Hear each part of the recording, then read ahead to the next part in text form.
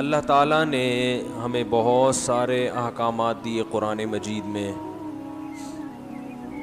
یہ کرو یہ نہ کرو، یہ کرو گے تو یہ نقصان ہوگا اور یہ نہیں کرو گے تو یہ نقصان ہوگا، یہ کرو گے تو یہ فائدہ ہوگا، یہ نہیں کرو گے تو یہ فائدہ ہوگا۔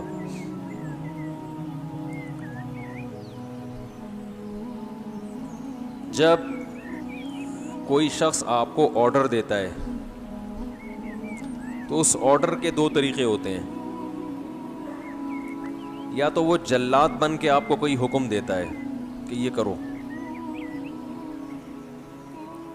آپ کہتے ہو سر میں یہ کیسے کر سکتا ہوں، تو کہتے ہیں مجھے صرف رزلٹ چاہیے، کیسے کرو گے اس کا آپ کو فائدہ ہوگا نقصان ہوگا، یہ میرا ہیڈ ایک۔ بولو بھائی نہیں ہوتا ہے نا، باس کے اس قسم کے بھی آرڈرز ہوتے ہیں۔ مثلاً آپ کی پیمنٹ کہیں پھنسی ہوئی ہے، فون کیا بھائی پیسے پہنچا دو، آرڈر ہے نا، سامنے سے جواب ملتا ہے سر میری نانی کی طبیعت خراب ہے، میری بچی کی شادی ہونے والی ہے، میرے فلاں مسئلہ، میرا فلاں مسئلہ، میرے پاس پیسے ہیں نہیں، تو وہ جواب میں کہتا ہے بھائی یہ آپ کے مسائل ہیں، یہ میرا ہیڈ ایک نہیں ہے، مجھے اپنی پیمنٹ سے مطلب ہے، مجھے پیسے چاہیے۔ ہوتا ہے کہ نہیں ہوتا؟ بلکہ اور آگے چلتے ہیں، بھتہ خوری ابھی بہت ہو رہی تھی نا، ابھی تو کچھ کراچی میں حالات سیٹ ہو گئے،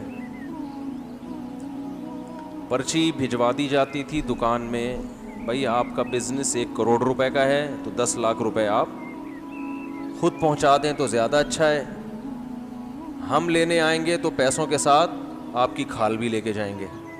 ہوتا ہے نا، ہوتا تھا، اب تو ذرا کم ہو رہا ہے۔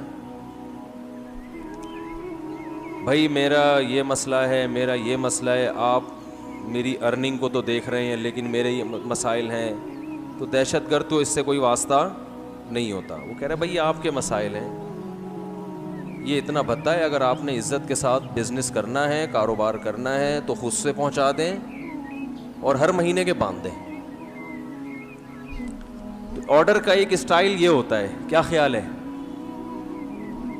صحیح کہہ رہا ہوں نا، غلط تو نہیں کہہ رہا؟ ایک آرڈر دینے کا اسٹائل یہ ہوتا ہے کہ تمہارے باپ کو بھی یہ کام کرنا ہے۔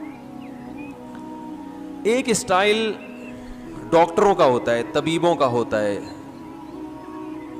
وہ آپ کو کہتے ہیں بھائی دیکھو بڑا گوشت نہیں کھانا، سر بڑے گوشت کی اجازت دے دیں، اب ہم کہاں غریب لوگ چھوٹا گوشت، بکرے کا آپ کو پتہ ہے کتنا مہنگا ہے سر، اور آپ کو پتہ ہے چکن کے بارے میں بھی لوگوں نے کچھ کہا ہوا ہے کہ یہ ہوتا ہے وہ، واللہ عالم، تو سر اب بکرا میں کہاں کھا سکتا ہوں، تو ڈاکٹر بندوق نکال کے کنپٹی پہ نہیں رکھے گا، کیا خیال ہے بھائی؟ وہ دہشت گرد تو فوراً بندوق نکال دینے کا، دے رہا ہے یا کھال بھی دے گا اپنی ساتھ میں۔ وہ پہلے قربانی کی کھالیں لینے آتے تھے تو کہہ رہے تھے صرف گائے کی کھال دو گے یا اپنی بھی ساتھ میں دو گے؟ اگر صرف گائے کی کھال دینا چاہتے ہو تو خود ہی پہنچا دینا، اور اگر گائے کے ساتھ اپنی کھال دینے کی بھی خواہش ہے تو بول دو کہ نہیں دینی کھال ہم نے، گائے کی کھال ہم آپ کو، قربانی کی کھال ہم آپ کو نہیں دیں گے، تو اس کا مطلب ہماری ڈکشنری میں یہ ہے کہ آپ گائے کی تو دیں گے ساتھ ساتھ اپنی بھی دینا چاہیے۔ یہ سٹائل ہوتا تھا دہشت گردوں کا۔ تو یہ سٹائل ہوتا ہے کس کا؟ دہشت گردوں کا، جلاد۔ ایک سٹائل ہے ڈاکٹر کا، ڈاکٹر بھی آپ کو کچھ چیزوں سے منع کرتا ہے، حکیم بھی منع کرتے ہیں، بھائی آپ نے بڑا گوشت بولو نا نہیں کھانا، آپ کہتے ہیں سر یہ میں کہاں سے چھوٹا گوشت، آپ خود سوچیں، میں ویسے ہی اتنا چھوٹا ہوں، چھوٹا گوشت خریدنے سے تو اور چھوٹا ہو جاؤں گا میں، کچھ طرز کھا لیں میرے اوپر، بکرے تو سارے صدقے کے نام پہ کٹ جاتے ہیں، اس لیے بکرے کا گوشت تو ویسے ہی مہنگا ہو گیا ہے، غریبوں میں راشن تقسیم کرنا، دالیں دینا، یہ تو صدقہ ہمارے معاشرے میں ختم ہو گیا، بکرے کو بھینٹ جب تک نہ چڑھائیں تو ان کا صدقہ کمپلیٹ ہوتا نہیں ہے۔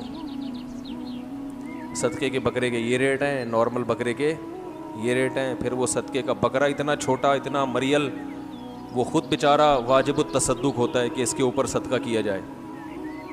میں تو جب بھی گزرتا ہوں نا, پنجرے میں بکرے بند ہوتے ہیں, میں ساتھیوں سے کہتا ہوں یار میری طرف سے 5 روپے کا لوسن اس کو کھلا دینا یار. تو ڈاکٹر کو جب آپ کہتے ہیں کہ بڑا گوشت میں نہیں کھا سکتا, تو ڈاکٹر بندوق نکال کے کن پڑی پہ نہیں رکھتا کہ تیرے باپ کو بھی چھوڑنا پڑے گا.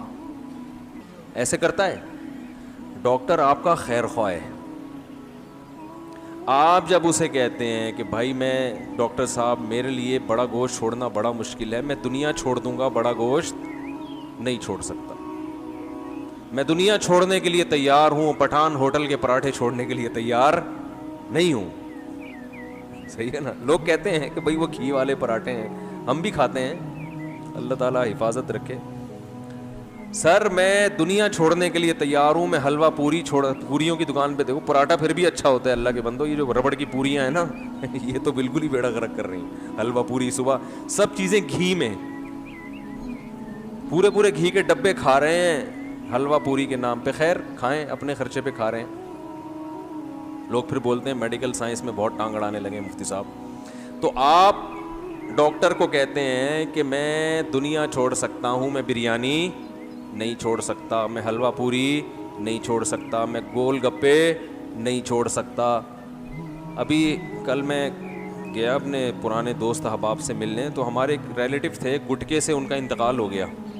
جوان تھے, بالکل 35 سال عمر ہوگی, میرڈ تھے, بچے بھی تھے ان کے. تو گٹکے سے نا کینسر ہوا منہ کا, بالآخر ان کا انتقال ہو گیا. تو ان کی جو اہلیہ تھیں وہ بھی ہمارے گھر والوں کے سے ان کا بھی تعلق تھا, دوستی تھی. تو میں وہاں ان کے ریلیٹیو سے پوچھ رہا تھا کہ وہ تو بیچاری بیوہ ہو گئیں اور ان کے بچے یتیم ہو گئے, بڑا ترس کھا رہا تھا نا.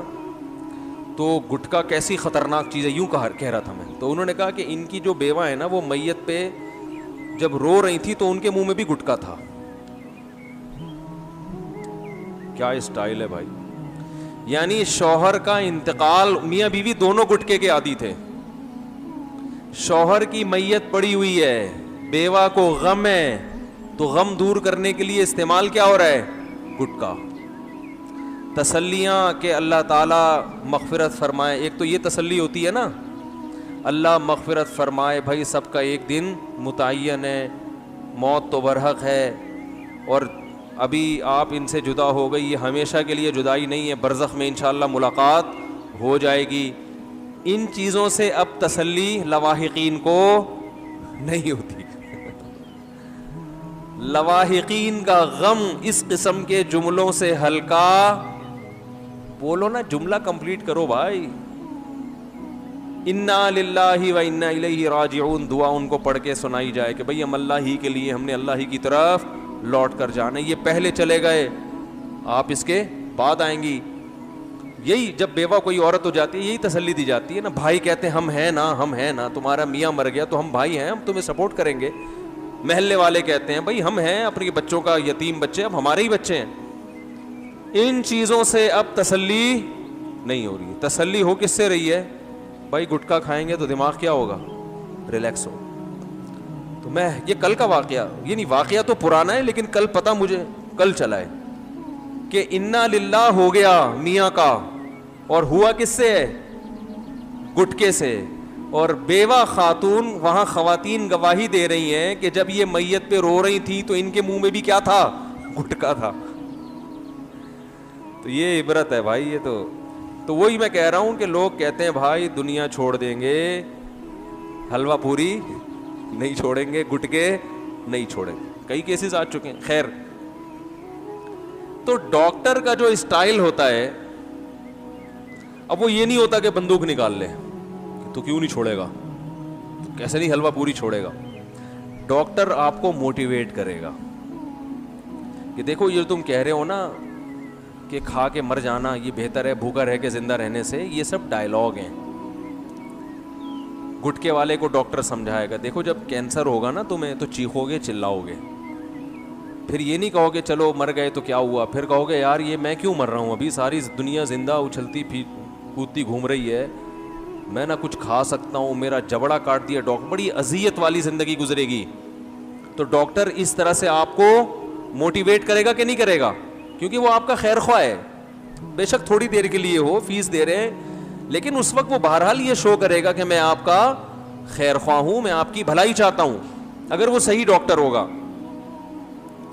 آپ کہہ رہے ہیں ڈاکٹر صاحب چھوٹا گوشت بہت مہنگا ہے, میں نہیں کھا سکتا, میں تو بڑا ہی کھاؤں گا, تو ڈاکٹر کہے گا بھائی تھوڑا کھا لو, جتنی جیب اجازت دیتی ہے اتنا کھا لو, اور اگر چھوٹا نہیں کھا سکتے تو گوشت کھانا کوئی ضروری نہیں ہے, انڈا کھا لو, اس میں بھی بڑے زبردست پروٹین ہوتے ہیں. تو آرام سے اس کی حکمتیں مصلحتیں آپ کو بولتے کیوں نہیں بھائی, سمجھائے گا وہ. اور پھر یہ بھی بتائے گا بھائی یہ جو آپ کھاؤ گے نا بڑا گوشت سستے کے چکر میں, یہ آپ نہ چھوڑ دیں بڑا گوشت کھانا, میں ایک مثال دے رہا ہوں, بڑا کھائیں, اسلام نے حلال کیا بڑا گوشت بھی چھوٹا گوشت بھی, جو ذائقہ بڑے میں ہے وہ چھوٹے میں نہیں ہے. نہاری بڑے کی بنتی ہے, بلکہ اونٹ کی بہت ہی بڑے کی بنتی ہے, وہ تو اونٹ کی بنتی ہے نا, وہ چھوٹے موٹے بڑے کی بھی نہیں بنتی, وہ تو بہت بڑے کی بنتی ہے. تو وہ تو ڈاکٹر جس کو منع کر دے اس کی بات کر رہا ہوں میں. اور بچوں کو تو ویسے بھی بڑا گوشت کھلانا چاہیے, بچوں کے لیے تو بہت ہی مفید ہے. تو خیر میں ایک مثال دے رہا ہوں. تو ڈاکٹر سمجھائے گا کہ بھائی آپ سستے کے چکر میں اپنی صحت برباد نہ کریں. اب وہ آپ کو آلٹرنیٹ بتائے گا. پہلا تو یہ بڑے گوشت کے 10 آلٹرنیٹ بتا دے گا کہ انڈا کھا لو, اس میں بھی پروٹین ہوتے ہیں, پروٹین ہوتے ہیں, دودھ پی لو, یہ کر لو, وہ کر لو, چکن کھا لو, وغیرہ وغیرہ. اور پھر آپ کو نقصانات بھی بتائے گا کہ دیکھو یہ جو سستے کے چکر میں ابھی بڑا کھا رہے ہو پیسے بچانے کے لیے, تو دواؤں پہ جو خرچہ ہوگا نا وہ سارا یہاں نکل جائے گا. جب بلڈ پریشر کی دوائیں لے کر آؤ گے اور کولیسٹرول کم کرنے کے لیے دوائیں کھاؤ گے, پھر ڈاکٹر کی فیسیں, پھر ٹیکسی کا کرایہ, پھر رکشے کا کرایہ, وہ سب کیلکولیٹ کر کے دیکھو تو چھوٹا ہی پڑے گا وہ, ٹھیک ہے نا, وہ چھوٹے گوشت کا خرچہ ہی اس میں پورا ہوگا. تو یہ ڈاکٹر کا کام ہوتا ہے جب وہ کسی بات کا آرڈر دیتا ہے اور وہ یہ دیکھتا ہے کہ سامنے والے پر اس کا اثر نہیں ہو رہا, تو وہ اس کی حکمتیں بھی بتاتا ہے اور اس کے انجام سے بھی آپ کو ڈراتا ہے.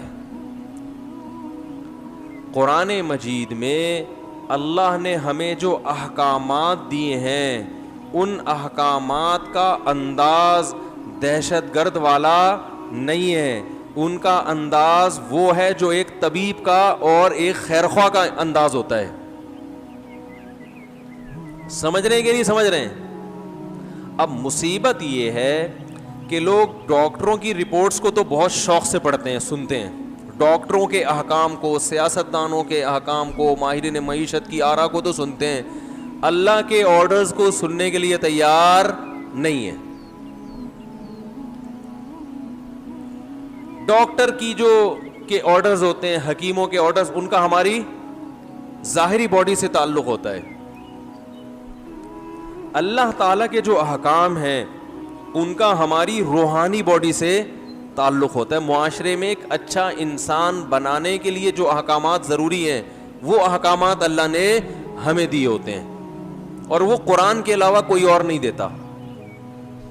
تو میں یہ عرض کر رہا تھا کہ اللہ تعالیٰ کے جو احکامات ہیں نا, اللہ نے جو ہمیں آرڈرز دیے ہیں, اللہ نے جو ہمیں احکامات دیے ہیں, وہ جلاد بن کے نہیں دیے.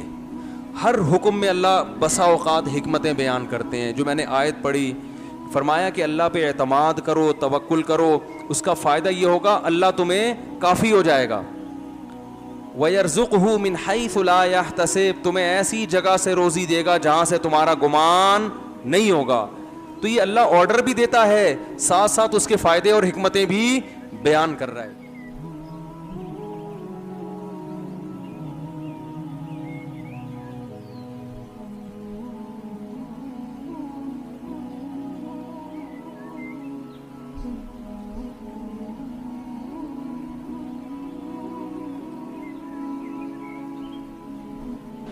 اللہ تعالیٰ نے ہمیں بہت سارے احکامات دیے قرآن مجید میں,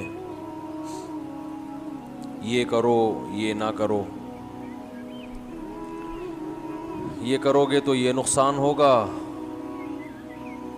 اور یہ نہیں کرو گے تو یہ نقصان ہوگا, یہ کرو گے تو یہ فائدہ ہوگا, یہ نہیں کرو گے تو یہ فائدہ ہوگا.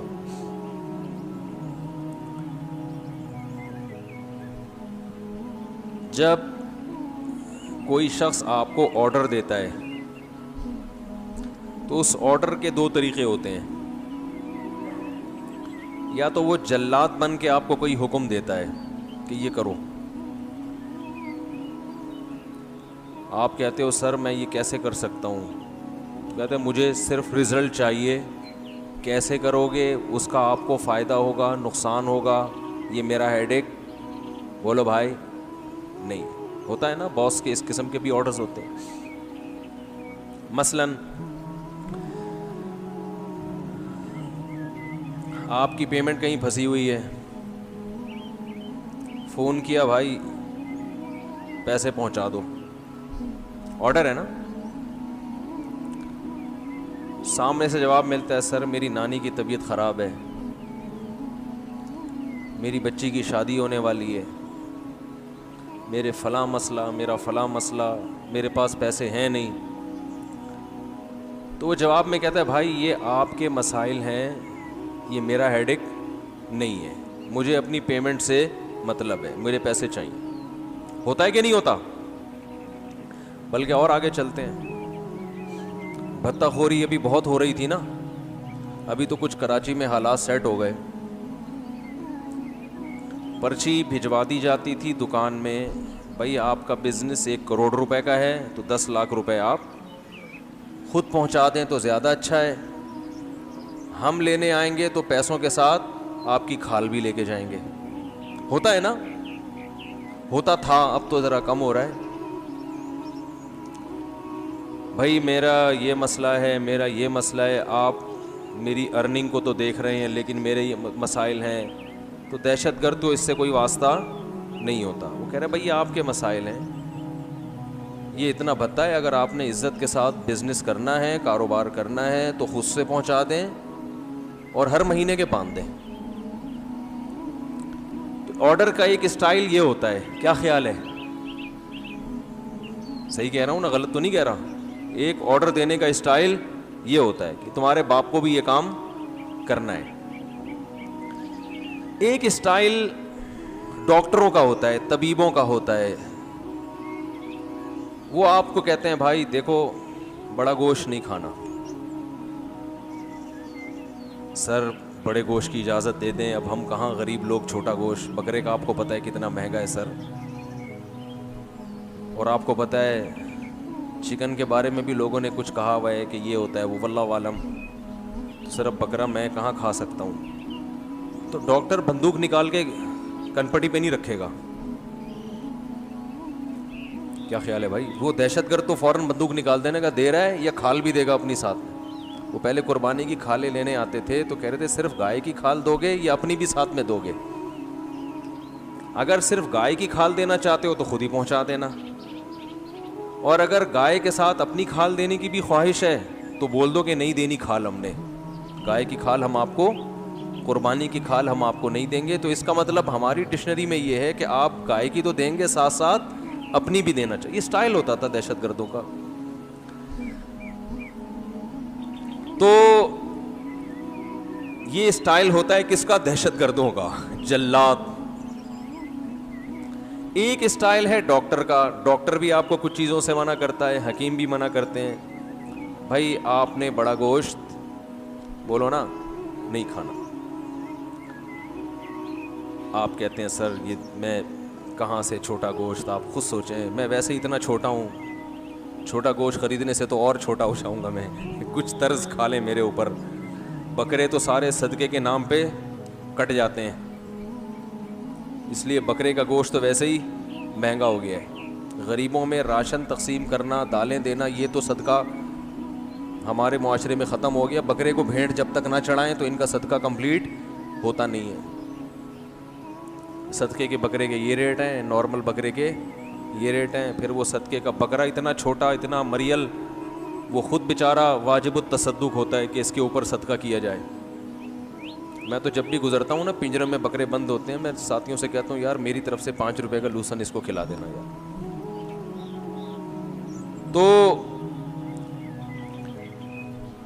ڈاکٹر کو جب آپ کہتے ہیں کہ بڑا گوشت میں نہیں کھا سکتا تو ڈاکٹر بندوق نکال کے کنپٹی پہ نہیں رکھتا کہ تیرے باپ کو بھی چھوڑنا پڑے گا. ایسے کرتا ہے؟ ڈاکٹر آپ کا خیر خواہ ہے. آپ جب اسے کہتے ہیں کہ بھائی میں ڈاکٹر صاحب میرے لیے بڑا گوشت چھوڑنا بڑا مشکل ہے, میں دنیا چھوڑ دوں گا, بڑا گوشت نہیں چھوڑ سکتا, میں دنیا چھوڑنے کے لیے تیار ہوں, پٹھان ہوٹل کے پراٹھے چھوڑنے کے لیے تیار نہیں ہوں. صحیح ہے نا؟ لوگ کہتے ہیں کہ بھائی وہ گھی والے پراٹھے ہیں, ہم بھی کھاتے ہیں, اللہ تعالیٰ حفاظت رکھے. سر میں دنیا چھوڑنے کے لیے تیار ہوں, میں حلوہ پوریوں کی دکان پہ دیکھو, پراٹھا پھر بھی اچھا ہوتا ہے اللہ کے بندو, یہ جو ربڑ کی پوریاں ہیں نا یہ تو بالکل ہی بیڑا غرق کر رہی ہیں. حلوہ پوری صبح سب چیزیں گھی میں, پورے گھی کے ڈبے کھا رہے ہیں حلوہ پوری کے نام پہ. خیر کھائیں, اپنے خرچے پہ کھا رہے ہیں. لوگ پھر بولتے ہیں میڈیکل سائنس میں بہت ٹانگ اڑانے لگے مفتی صاحب. تو آپ ڈاکٹر کو کہتے ہیں کہ میں دنیا چھوڑ سکتا ہوں, میں بریانی نہیں چھوڑ سکتا, میں حلوہ پوری نہیں چھوڑ سکتا, میں گول گپے نہیں چھوڑ سکتا. ابھی کل میں گیا اپنے پرانے دوست احباب سے ملنے, تو ہمارے ایک ریلیٹیو تھے, گٹکے سے ان کا انتقال ہو گیا. جوان تھے, بالکل 35 سال عمر ہوگی, میرڈ تھے, بچے بھی تھے ان کے. تو گٹکے سے نا کینسر ہوا منہ کا, بالآخر ان کا انتقال ہو گیا. تو ان کی جو اہلیہ تھیں وہ بھی ہمارے گھر والوں کے سے ان کا بھی تعلق تھا, دوستی تھی.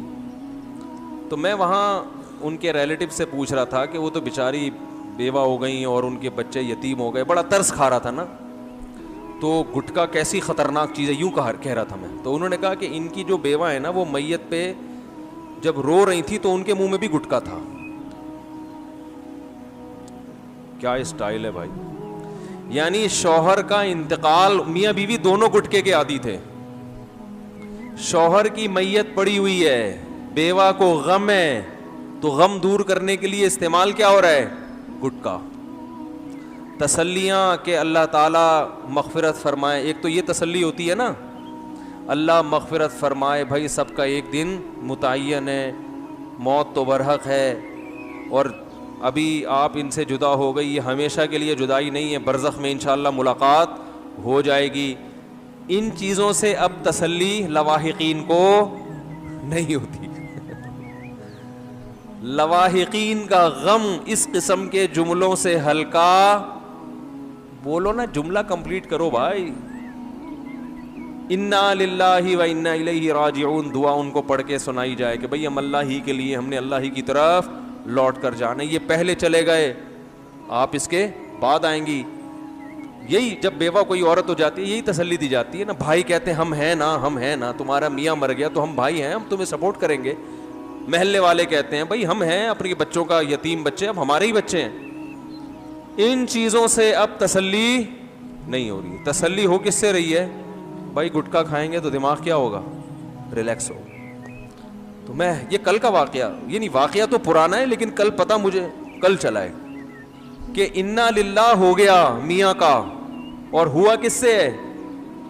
گٹکے سے. اور بیوہ خاتون, وہاں خواتین گواہی دے رہی ہیں کہ جب یہ میت پہ رو رہی تھی تو ان کے منہ میں بھی کیا تھا؟ گٹکا تھا. تو یہ عبرت ہے بھائی. یہ تو وہی میں کہہ رہا ہوں کہ لوگ کہتے ہیں بھائی دنیا چھوڑ دیں گے, حلوہ پوری نہیں چھوڑیں گے, گٹکے نہیں چھوڑیں گے. کئی کیسز آ چکے ہیں. خیر,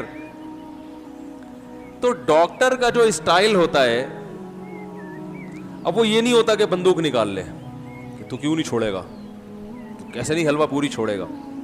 ڈاکٹر آپ کو موٹیویٹ کرے گا کہ دیکھو یہ تم کہہ رہے ہو نا کہ کھا کے مر جانا یہ بہتر ہے بھوکا رہ کے زندہ رہنے سے, یہ سب ڈائلاگ ہیں.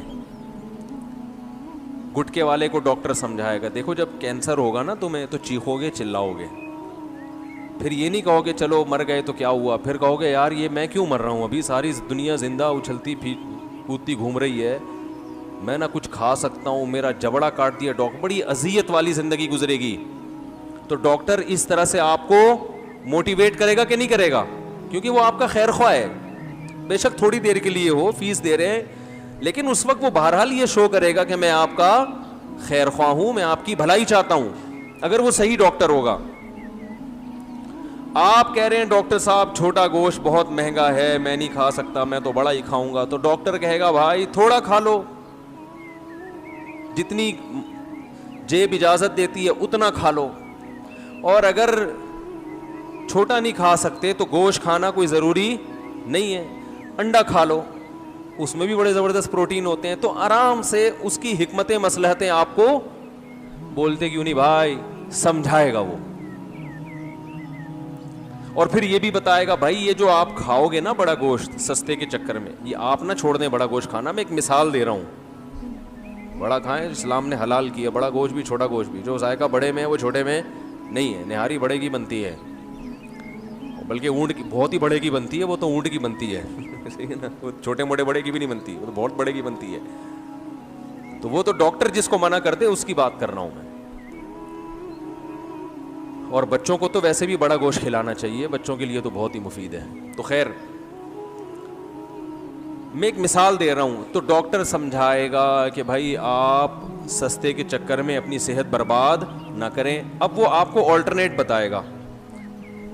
پہلا تو یہ بڑے گوشت کے 10 آلٹرنیٹ بتا دے گا کہ انڈا کھا لو, اس میں بھی پروٹین ہوتے ہیں, پروٹین ہوتے ہیں, دودھ پی لو, یہ کر لو, وہ کر لو, چکن کھا لو, وغیرہ وغیرہ.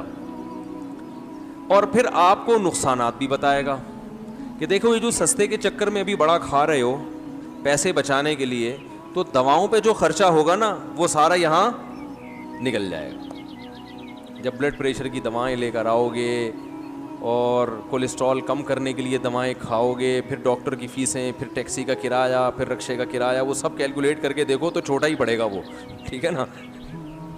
وہ چھوٹے گوشت کا خرچہ ہی اس میں پورا ہوگا. تو یہ ڈاکٹر کا کام ہوتا ہے جب وہ کسی بات کا آرڈر دیتا ہے اور وہ یہ دیکھتا ہے کہ سامنے والے پر اس کا اثر نہیں ہو رہا, تو وہ اس کی حکمتیں بھی بتاتا ہے اور اس کے انجام سے بھی آپ کو ڈراتا ہے. قرآن مجید میں اللہ نے ہمیں جو احکامات دیے ہیں ان احکامات کا انداز دہشت گرد والا نہیں ہے. ان کا انداز وہ ہے جو ایک طبیب کا اور ایک خیرخواہ کا انداز ہوتا ہے. سمجھ رہے ہیں کہ نہیں سمجھ رہے ہیں؟ اب مصیبت یہ ہے کہ لوگ ڈاکٹروں کی رپورٹس کو تو بہت شوق سے پڑھتے ہیں, سنتے ہیں, ڈاکٹروں کے احکام کو, سیاستدانوں کے احکام کو, ماہرین معیشت کی آراء کو تو سنتے ہیں, اللہ کے آرڈرز کو سننے کے لیے تیار نہیں ہے. ڈاکٹر کی جو کے آرڈرز ہوتے ہیں, حکیموں کے آرڈرز, ان کا ہماری ظاہری باڈی سے تعلق ہوتا ہے. اللہ تعالیٰ کے جو احکام ہیں ان کا ہماری روحانی باڈی سے تعلق ہوتا ہے. معاشرے میں ایک اچھا انسان بنانے کے لیے جو احکامات ضروری ہیں وہ احکامات اللہ نے ہمیں دیے ہوتے ہیں, اور وہ قرآن کے علاوہ کوئی اور نہیں دیتا. تو میں یہ عرض کر رہا تھا کہ اللہ تعالیٰ کے جو احکامات ہیں نا, اللہ نے جو ہمیں آرڈرز دیے ہیں, اللہ نے جو ہمیں احکامات دیے ہیں, وہ جلاد بن کے نہیں دیے. ہر حکم میں اللہ بسا اوقات حکمتیں بیان کرتے ہیں. جو میں نے آیت پڑھی, فرمایا کہ اللہ پہ اعتماد کرو, توکل کرو, اس کا فائدہ یہ ہوگا اللہ تمہیں کافی ہو جائے گا. وَيَرْزُقْهُ مِنْ حَيْثُ لَا يَحْتَسِبُ, تمہیں ایسی جگہ سے روزی دے گا جہاں سے تمہارا گمان نہیں ہوگا. تو یہ اللہ آرڈر بھی دیتا ہے, ساتھ ساتھ اس کے فائدے اور حکمتیں بھی بیان کر رہا ہے.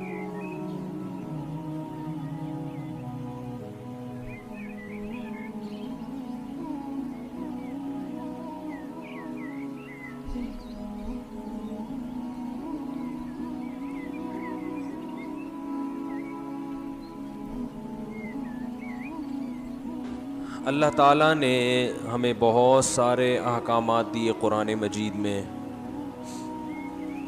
یہ کرو یہ نہ کرو.